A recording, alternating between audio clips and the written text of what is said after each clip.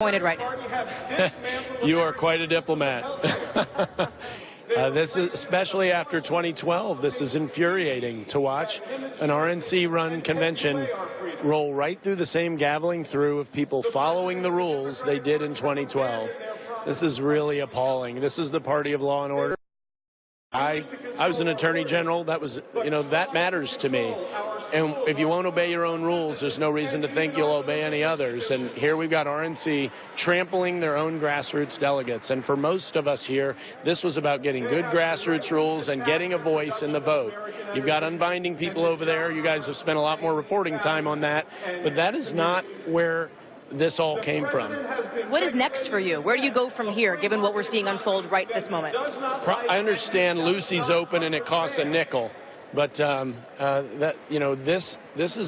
is done. They rolled through. They cheated. I mean, that's what you just saw.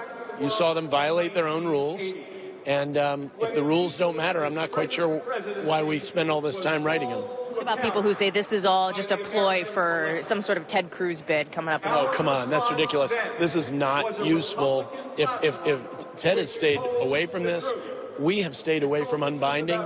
The people you see here in Virginia, we have a couple of unbinding delegates here, but overwhelmingly the Virginia delegation signed the petitions for the roll call vote today because we are disappointed. We were furious about the treatment Thursday, but disappointed in a set of rules that centralize more and more and more power in the RNC and its chairman instead of going the other way. We put in amendments to protect, to actually fix the problems identified by Donald Trump, like those selection committees that picked delegates behind closed doors. You remember those protests in Florida, Indiana, Tennessee? We put in amendments to fix that. They voted them down. We put in amendments to get rid of the nominations committees that Trump people universally hated all across the country. We tried to fix that. They voted them down.